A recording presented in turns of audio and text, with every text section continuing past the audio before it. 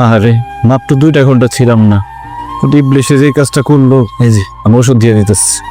যে ইবলিশের বাচ্চা এই কাজ করছে, ওর শুধু একবার হাতে কাছে পায় নি, ওর শরীরের চামড়া কাইটা ওর গায়ের মধ্যে ইশাখা লিখে দিব। এবার ধরতে পারবো না রে। আসছেন, আমি জানতাম আমার কোথায় পাওয়া যাবে, আপনি ঠিকই বুঝে ফেলবেন। কি করে জানতেন? কি নারীর কাছ থেকে সব জানা আসছেন? এখন কি মনে হইতেছে আপনি ভুলছিলেন? আমি যে আসলেই পাগল এটা বুঝতে পারছেন? আপনি বলুন কি মনে হচ্ছে আমার? আপনি তো মনের ভেতরের অনেক খবরই জেনে যান। অনেক খবর, সব খবর না। আপনার মনের ভেতরে একটা অন্ধকার আছে, সেখানে গিয়ে আর কিছুই দেখা যায় না। তবে এখন কেন আসছেন সেটা আমি জানি। কেন? আপনার ট্রান্সফার হয়েছে ঢাকায়, অতি দ্রুত চলে যাবেন, সেটা জানাইতে আসছেন। ঠিকই ধরেছেন, তবে শুধু সেটা জানাতে না, আপনাকে এটা ফেরত দিতে এসেছি। দুলজোড়া আপনার কাছেই থাকুক। কিন্তু আমি তো পাগল, পাগলের কাছে এসব জিনিস অপ্রয়োজনীয়।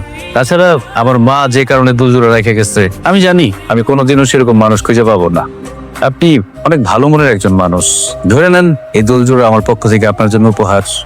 যেদিন অতীতের অন্ধকার ছেড়া সামনে আগাইতে পারবেন, মনের মতো কাউরে খুঁজে পাবেন, সেই দিন এই দুলজোড়া পইলেন। আমি কি আপনাকে একটা প্রশ্ন করতে পারি? কোনো ভনিতা না করে সরাসরি উত্তর দিবেন প্লিজ।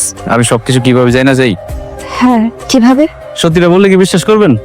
বলেন শুনি। কাজ ছেড়া জামাই আমার কানে কানে এসে সব বোঝা দেয়। বিশ্বাস হইতেছে না তো? মানুষ মাঝে মাঝে বিশ্বাস অবিশ্বাসের মাঝে মাঝে তো অবস্থান করে, তখন সে নিজে একটা ব্যাখ্যা তৈরি করে নেয়। সে অবস্থাটা কেমন সেটা সবাই বুঝতে পারবে না। আপনি ভালো থাকবেন জাহিদ, আমি আসি। জান, খুব ইচ্ছা ছিল আপনার ফুল দিয়ে বিদায় বলবো, একটা কাঠগোলা বলে ভালো হইতো, কিন্তু সেটা এখন সম্ভব না। ইশাখা অসুস্থ, তারা রাইখা কোথাও যাইতে পারতেছে না। আপনি ভালো থাকবেন। খুব ইচ্ছা ছিল আপনার ফুল দিয়ে বিদায় বলবো, একটা কাঠগোলা বলে ভালো হইতো,